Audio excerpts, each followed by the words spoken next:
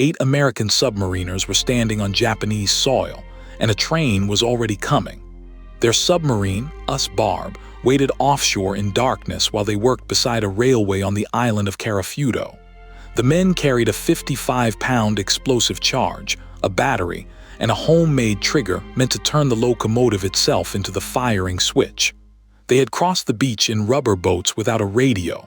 If a patrol found them, Barb could not surface and fight without risking the entire crew. If the charge failed, they would have to decide whether to stay long enough to repair it. Then a headlight appeared before the circuit was ready.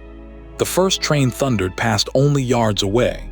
The men flattened themselves beside the track, watched the cars disappear, and kept working. They could feel the vibration through the ground, while the unfinished charge and exposed wire lay within reach. The sound warned them how little time another locomotive would give them. Before dawn on July 23, 1945, the next train would reach that same stretch of rail. The mission had not begun as a formal order from a distant headquarters. It grew from the aggressive patrol style of Commander Eugene Fluckey and the crew of Barb. By the summer of 1945, the submarine was operating in the waters north of Japan, where fog, narrow channels, mines, patrol boats, and shallow coastal routes made every approach dangerous. Barb had already attacked shipping and coastal targets in ways that pushed beyond the usual pattern of finding a convoy, firing torpedoes, and escaping underwater. Fluckey believed a submarine should use every weapon it could carry and every opportunity the enemy left open.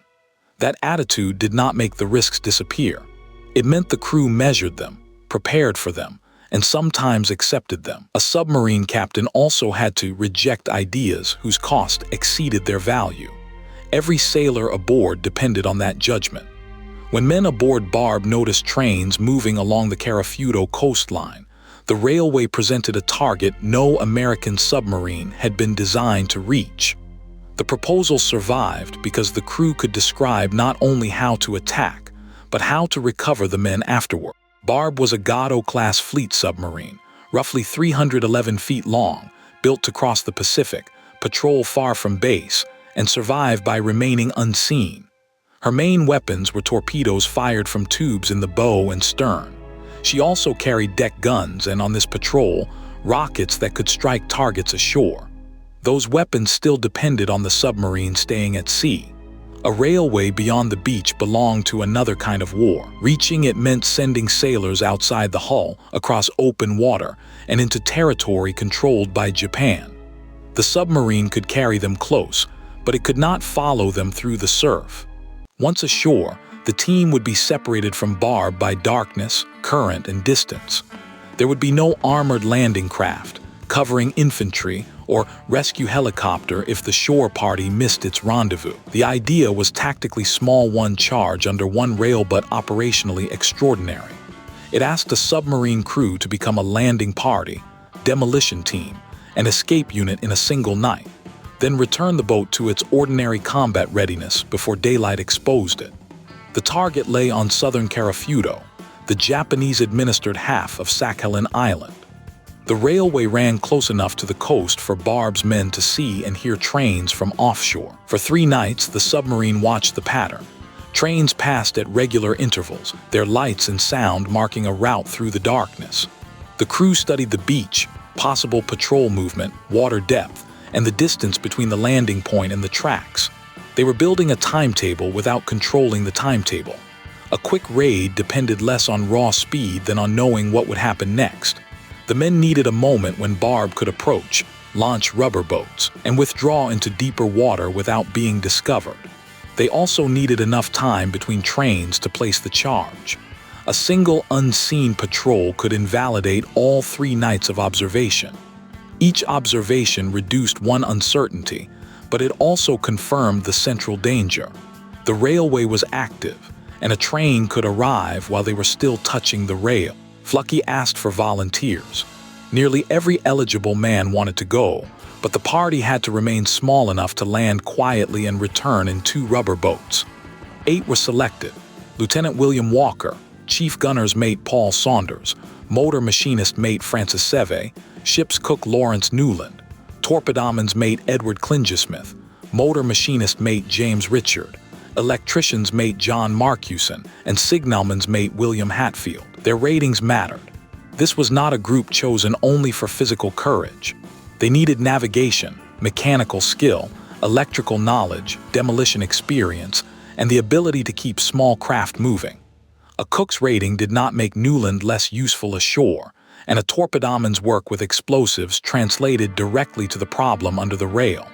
Fluckey also made sure no irreplaceable specialist was removed from the submarine. Even the boldest operation had to leave Barb capable of diving, fighting, and bringing everyone home. Selection balanced the mission's needs against the survival of the 90 men who would remain aboard. The crew built the firing system aboard the submarine. Instead of leaving a man beside the charge to detonate it, they devised a contact switch that the train would trigger. 2 copper strips were positioned so the weight of a locomotive pressing down on the rail would complete the electrical circuit. The battery would then send current to the detonator and explode the charge beneath the track. The design solved the most dangerous timing problem. The landing party could arm the device, leave the railway, cross the beach, and be back aboard Barb before the target arrived. It also removed the uncertainty of a sailor trying to judge speed and distance by sight in darkness. Yet the solution created its own burden. Every connection had to work after being carried through salt water and placed in darkness. The strips had to be set correctly, the wires protected, and the charge buried firmly enough to remain hidden but close enough to destroy the rail. No one ashore would have a second instrument panel telling him that the circuit was healthy. On the night of July 22nd, Barb moved toward the coast. Darkness concealed the submarine, but shallow water offered little room to maneuver if aircraft or patrol vessels appeared. The 8 men lowered 2 rubber boats and loaded their equipment. Their clothing had to serve for paddling, crawling, digging, and returning through the surf. They carried weapons for self-defense, but a gunfight would mean the mission had already failed. Silence was their best protection. Barb's crew watched them move away as small dark shapes until sea and sky absorbed them. For the men left aboard, waiting was not passive. Engines, diving stations, lookouts, and navigation all had to remain ready while the submarine held close enough to recover the party. Fluckey was responsible for more than the 8 men ashore. One alarm could force him to choose between protecting the submarine and staying where the landing team expected to find it. A dive made for self-preservation could strand the shore party. Remaining surface could expose the whole boat. The boats reached the beach and the party pulled them clear of the water. From there, the men moved inland toward the railway, carrying the explosive, tools, wire, battery, and trigger parts. Every item carried inland would either have to be used, hidden, or brought back. The coast was not an empty stage. Japanese territory could contain guards, civilians, work crews, dogs, or patrols whose routines Barb had never seen from offshore. The team crossed each open space with the knowledge that discovery would bring attention toward the hidden boats and the submarine beyond them. At the tracks, they divided the work. Some men watched the approaches while others dug beneath the rail and prepared the charge. The sentries had to resist watching the technical work. Their job was to see the danger the others could not. They had rehearsed the device aboard Barb, but rehearsal could not reproduce cold ground, darkness, nervous hands, and the knowledge that the sound of steel wheels might begin at any moment. Then the first train came. Its approach was not part of the plan. The charge had not yet been placed and the circuit was not ready. There was no time to carry the equipment away or restore the ground. The men dropped beside the railway and stayed still as the locomotive and cars passed close enough to overwhelm every smaller sound. The train could have exposed them with its headlight, thrown sparks across the work area, or brought a guard who happened to look down. A loose tool or accidental movement could have turned the train crew into witnesses. Instead, it continued along the coast. That near miss gave the party a brutal measurement of the interval they had left. Another train would come, and the next one could not find them in the same position. They returned to the hole, completed the connections, and tested what they could without firing the detonator. Then they concealed the disturbed ground so the device would not announce itself before the target arrived. The device now had to wait alone.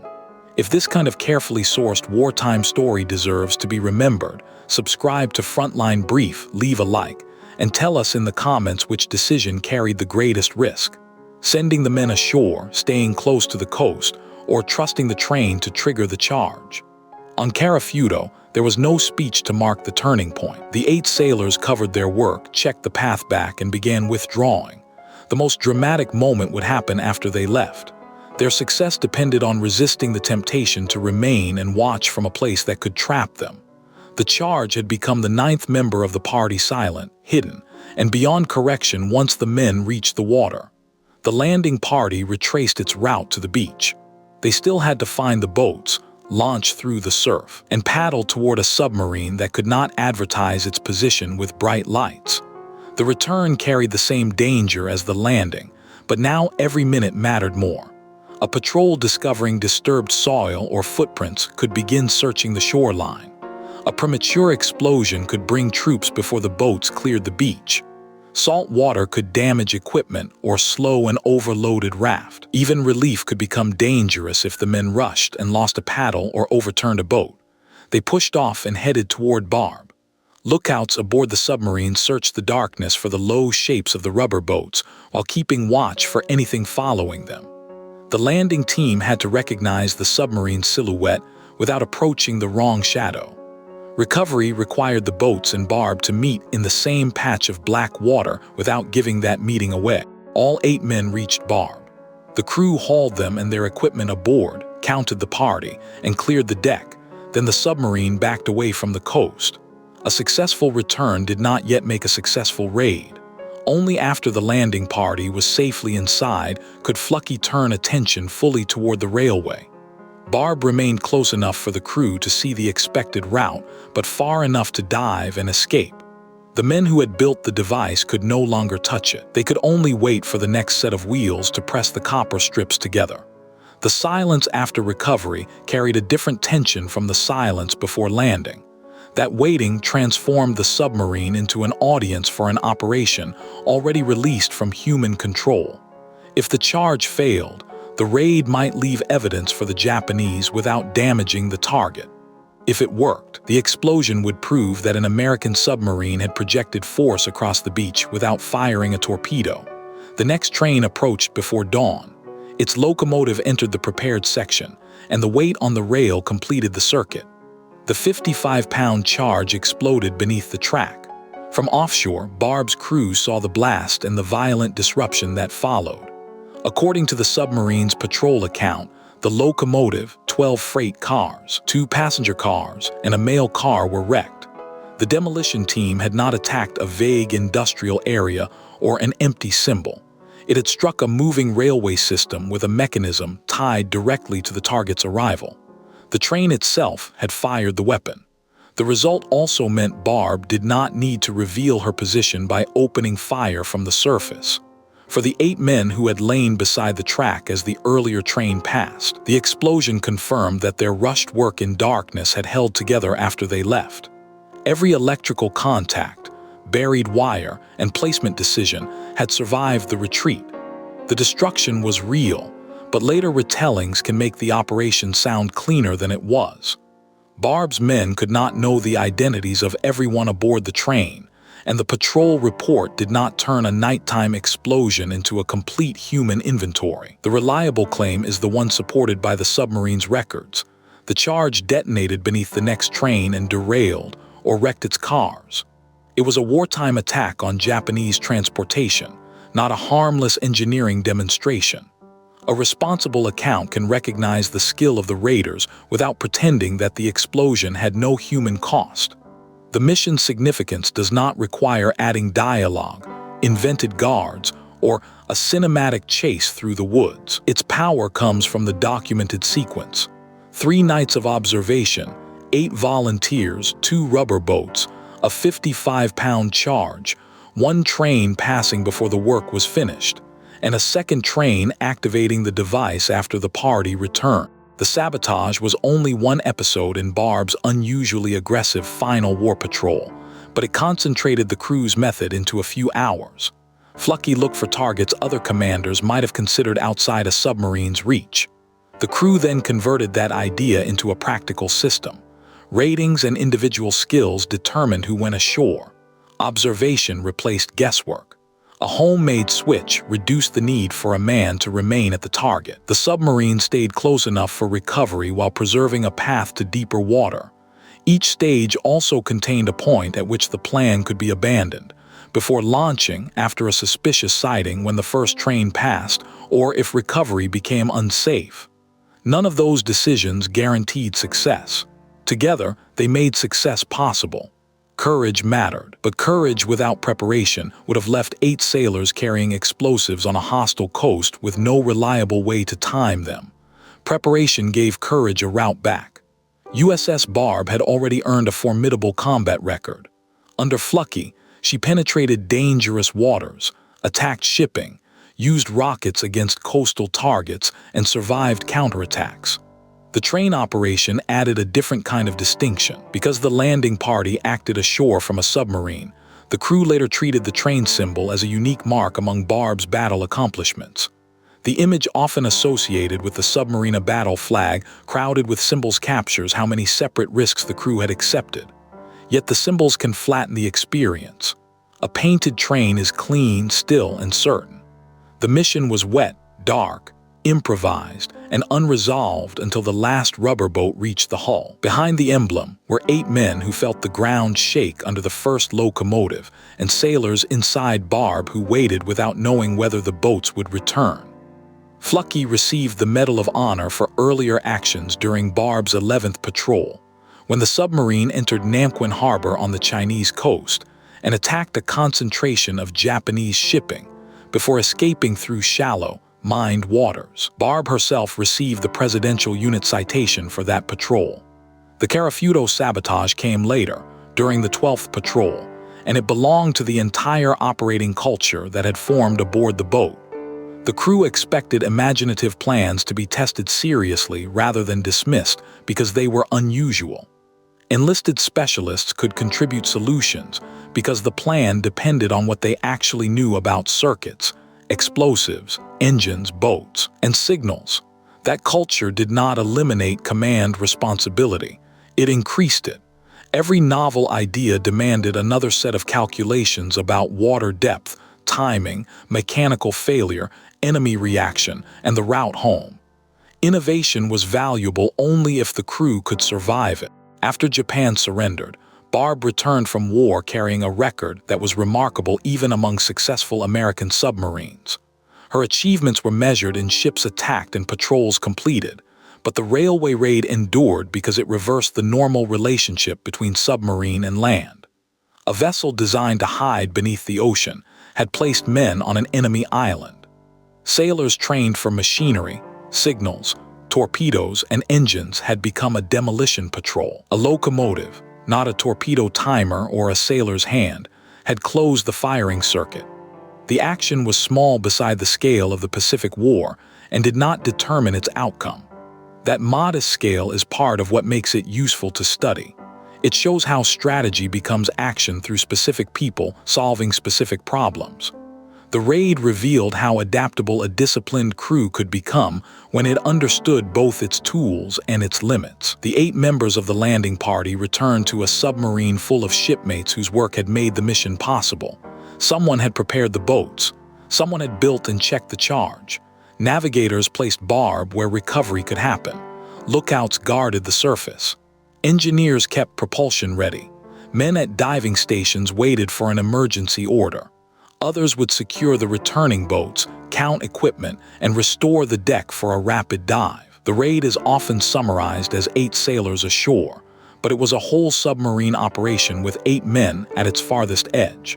That distinction matters because it prevents the story from becoming a fantasy of isolated heroism. The landing party crossed the beach because a trained crew had created a narrow bridge back to the sea. Their individual courage worked because collective discipline held that bridge open. The lasting image is the moment before success, not the explosion itself. 8 men lie beside a railway while an unexpected train passes over ground they have not finished preparing. They can abandon the mission and return with everyone alive. They can rush the work and make a fatal mistake, or they can wait for the final car, rise, and complete each connection under a deadline they can now hear in their minds. They chose the third path. Before dawn, the next locomotive pressed down on 2 copper strips and completed a circuit built inside an American submarine. USS Barb did not fire at that train from offshore. Her crew watched, learned, crossed the beach, and left the railway holding the weapon for them.